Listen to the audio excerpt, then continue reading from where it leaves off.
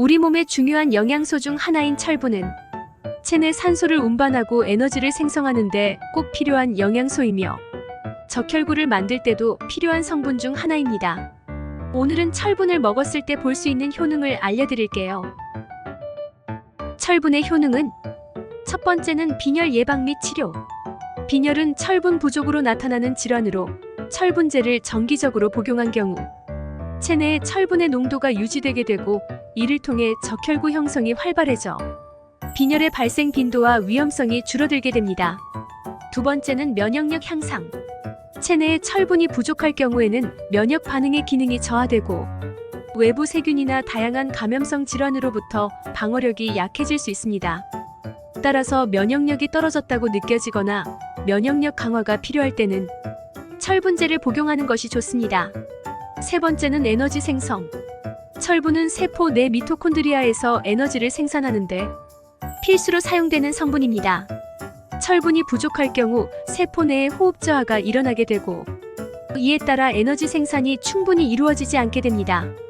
결국 체내 철분이 부족하게 되면 일상생활에 무기력감이 생기게 되고 원활한 생활을 하기 힘들어지게 됩니다. 마지막은 성장과 발달. 철분은 성장 발달에 매우 중요한 역할을 합니다. 때문에 성장기 아이들에게는 반드시 보충되어야 하는 영양성분인데요. 철분은 뇌가 발달하는 데 필요한 산소를 제공하며 세포가 분열하고 성장하는 과정에서 꼭 필요합니다. 따라서 아이들의 정상적인 성장과 발달을 위해 적절한 철분제를 챙겨주는 것을 추천드려요. 하지만 건강에 좋은 철분도 과도하게 복용하거나 오랫동안 복용할 경우에는 부작용이 발생할 수 있어요. 철분제 부작용은 철분제를 복용하면 흔히 나타나는 부작용 중에 하나는 위장장애입니다. 특히 구토나 설사, 복통이 발생하는 경우가 많으며 변비는 대부분에게서 나타나는 흔한 부작용 중 하나입니다. 너무 고용량의 철분제를 복용한 경우에는 대변이 검은색으로 나올 수 있습니다. 적절한 용량의 철분제를 복용하고 있는지 확인할 필요가 있습니다. 임산부, 철분제 먹어도 되나요? 철분제는 임신 중에 복용하는 경우가 많은데요. 이렇게 임신을 한 경우에는 아무 철분제나 복용하기보다는 임산부 전용 철분제나 의사와 충분한 상담 후 복용하는 것이 좋습니다.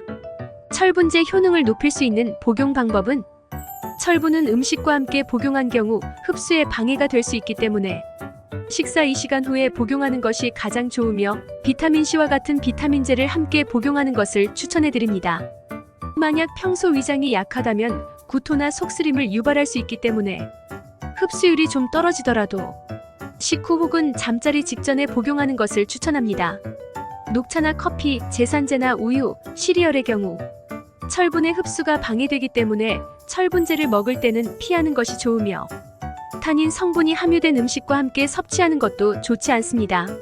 오늘은 건강한 생활을 위해 필요한 철분을 보충해 줄 수 있는 철분제 효능 및 부작용에 관해 이야기해 보았습니다. 본인의 철분 수치를 주기적으로 점검해 부족하지 않게 관리해 주시기 바랍니다. 구독과 좋아요는 사랑입니다.